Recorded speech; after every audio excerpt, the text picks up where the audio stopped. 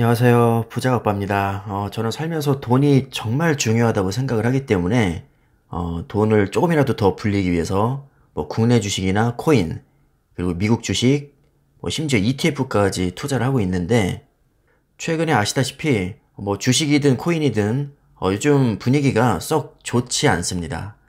저는 돈을 버는 것 못지않게 잃지 않는 것도 정말 중요하다고 생각을 해서 뭐 2중, 3중으로 안전장치를 좀 해놨는데 뭐 예를 들면 연금저축 펀드라든가 IRP 그리고 중개형 ISA 이런 상품에도 저는 가입을 다 했거든요.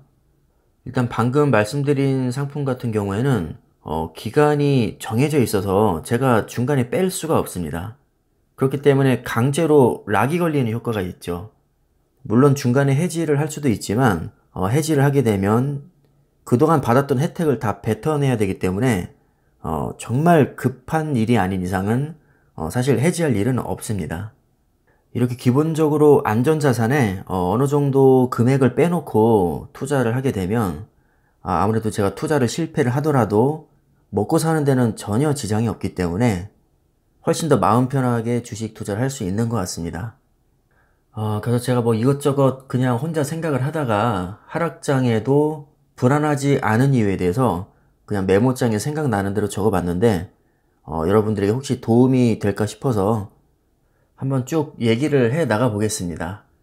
일단 첫 번째로 제가 가장 중요하게 생각하는 게 원금을 100%다 날려도 생계에 지장이 없기 때문입니다.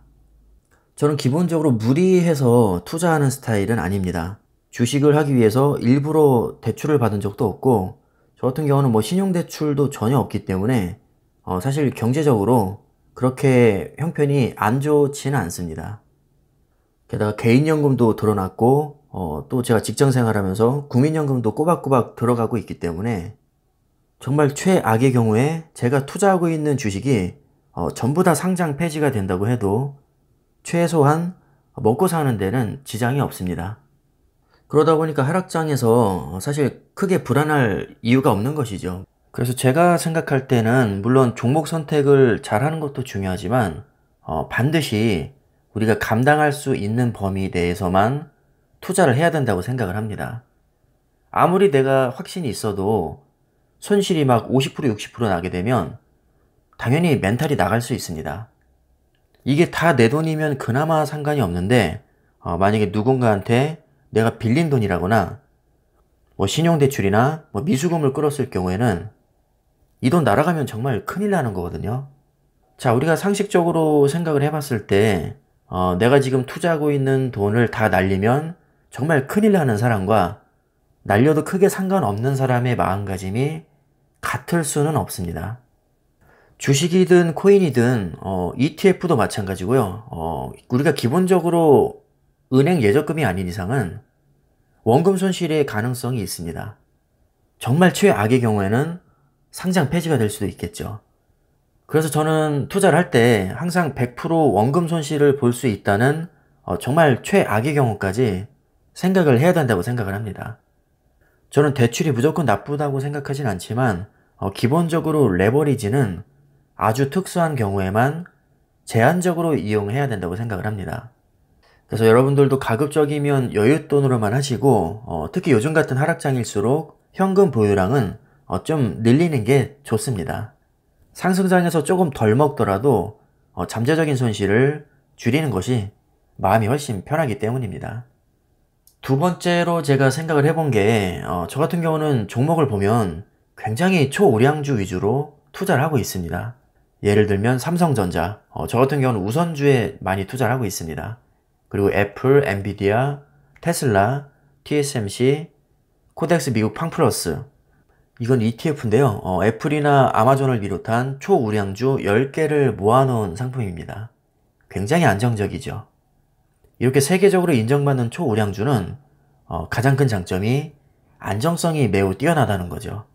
단기간에 드라마틱한 수익률을 기대할 수는 없겠지만 그만큼 안정적입니다. 특히 이런 종목들은 하락장에서 그 진가를 발휘합니다. 물론 단점도 있습니다. 막 3개월 동안 10배, 20배 오르기는 어렵겠죠. 뭐 어려운 정도가 아니라 거의 불가능하다고 봅니다. 만약에 제가 1억 천금을 꿈꾸는 아주 적극적인 투자자라면 이런 종목에는 투자하지 않겠죠. 이 자체로 저는 어느 정도 큰 욕심을 버렸다고 이해를 하시면 될 것 같습니다. 자, 이렇게 큰 욕심을 버리면서 제가 얻을 수 있는 이득은 마음 편하게 주식 투자를 할 수 있다는 겁니다. 저는 조금 천천히 부자가 되더라도 마음 편한 게 제 성격에는 맞는 것 같습니다. 그래서 이렇게 투자를 하고 있고요. 세 번째로 생각해 본 게 저는 기본적으로 장기 투자를 추구합니다. 그렇기 때문에 마음이 급할 이유가 사실 없죠.